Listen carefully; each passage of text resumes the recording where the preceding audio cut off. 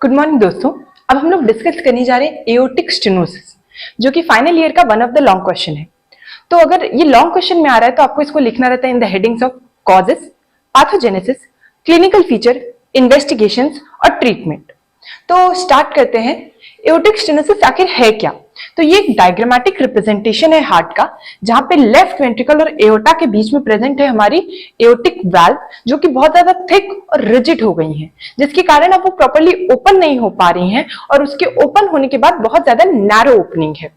और उस narrow opening के थ्रू जब ब्लड पास होता है तो टर्बुलेंस के कारण भी मरमर भी प्रोड्यूस होता है। अब आखिरकार इस एओर्टिक स्टेनोसिस का कॉज क्या है? तो इसका कॉज बच्चों में, बड़ों में और बूढ़ों में अलग अलग होता है। जनरली बच्चों में ये क्यों होगा? Due to congenital. तो कंजेनाइटल एओर्टिक स्टेनोसिस, साथ में जो है सुप्रावैल्वुलर एओर्टिक स्टेनोसिस या सब वैल्वुलर एओर्टिक स्टेनोसिस हो सकता है कंजेनाइटल। वहीं बात करें बड़ों में, तो बड़ों में क्या हो सकता है?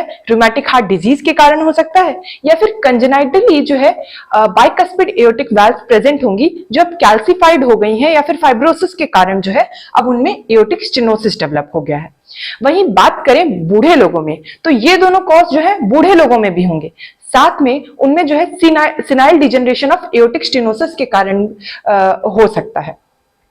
अब बात करते हैं पैथोजेनेसिस और क्लिनिकल फीचर्स की।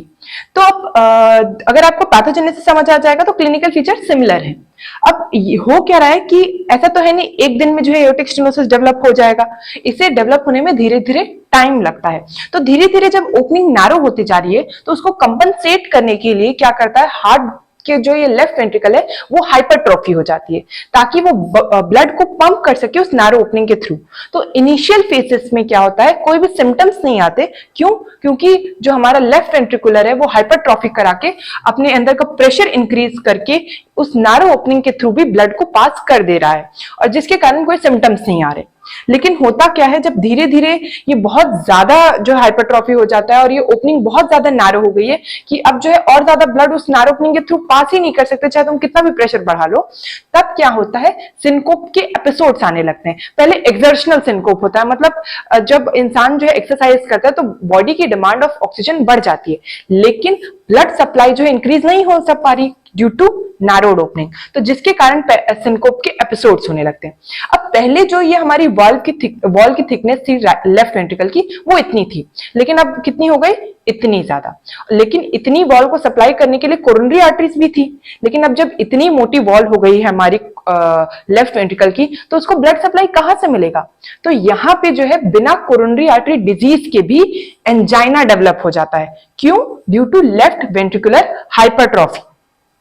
और जब इतना ज्यादा ये सीवियर हो जाता है तो एक टाइम के बाद जो है लेफ्ट वेंट्रिकल हमारा फेल हो जाता है, और फेल होने के कारण अब वो ब्लड आगे पंप नहीं कर पाता और ब्लड एक्यूमुलेट होने लगता है, और वो बैक प्रेशर के कारण जो है चला जाता है हमारे लंग्स में और कॉज कराता है पल्मोनरी एडिमा, जिसके कारण डिस्निया के एपिसोड्स होंगे हमें।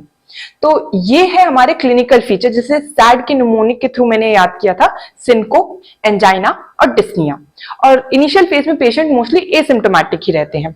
अब जब इस ऐसे पेशेंट्स को आप एग्जामिन करेंगे तो उसमें आपको क्या देखने को मिलेगा? सबसे पहले मरमर की बात करें, जो कि हर वैल्वुलर हार्ट डिजीज में इंपॉर्टेंट होते हैं। अब एक बात बताइए, नॉर्मली ये एओर्टिक वाल्व्स कब ओपन होती हैं? सिस्टोल के टाइम पे। तो जब सिस्टोल के टाइम पे वो ओपन हो रही होंगी और जब वो ओपन है, उस नैरोड ओपनिंग के थ्रू जब ब्लड पास होगा तो टर्बुलेंस के कारण उस टाइम पे मरमर प्रोड्यूस होगा। तो इसीलिए एओर्टिक स्टेनोसिस में हमें मिलता है सिस्टोलिक मरमर। और क्योंकि ब्लड इजेक्ट आउट हो रहा है हार्ट से, तो इसीलिए हम लोग बोलते हैं इसे इजेक्शन सिस्टोलिक मरमर, जो कि S1 और S2 के बीच में देखने को मिलता है। इसे हम लोग क्रिसेंडो डिक्रिसेंडो मरमर भी बोलते हैं। अब बात करते हैं कि इसमें जो हमारी सेकेंड हार्ट साउंड है, क्योंकि अब जो है हमारा A2 जो है वो डिलेड हो जाएगा, क्योंकि अब लेफ्ट वेंट्रिकल को उस नैरो ओपनिंग के थ्रू ब्लड पास करना है, तो अब इसको टाइम ज्यादा लगता है। इसीलिए अब A2 का क्लोजर डिलेड हो जाएगा, और डिलेड होने के कारण क्या होगा, अब A2 जो है P2 के पास आने लगता है। और इसके कारण पहले जो है ये ओपनिंग जो A2 P2 का जो स्प्लिट है वो नैरो होगा, फिर वो सिंगल स्प्लिट हो जाएगा, और उसके बाद एकदम सीवियर कंडीशन में क्या होगा, रिवर्स स्प्लिटिंग होने लगेगी। मतलब पल्मोनरी वाल्व्स के क्लोजर के बाद एओर्टिक वाल्व्स हमारी क्लोज हो रही होंगी। तो तो ये जो है सेकंड हार्ट साउंड के कारण होगा। और क्योंकि अब जो है लेफ्ट वेंट्रिकुलर हाइपरट्रॉफी हो गई है, तो इसके अगेंस्ट में जब ये हमारा एट्रियम कॉन्ट्रैक्ट करेगा तो उसके कारण फोर्थ हार्ट साउंड भी हमारा प्रोड्यूस होगा।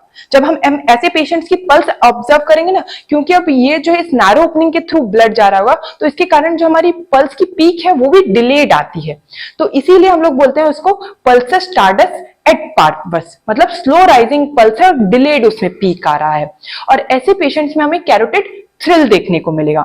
याद रखिए, कैरोटिड थ्रिल एओर्टिक स्टेनोसिस में मिल रहा है और डांसिंग कैरोटिड हमें एओर्टिक रीगर्जिटेशन में देखने को मिलता है। दोनों दो अलग अलग चीजें हैं।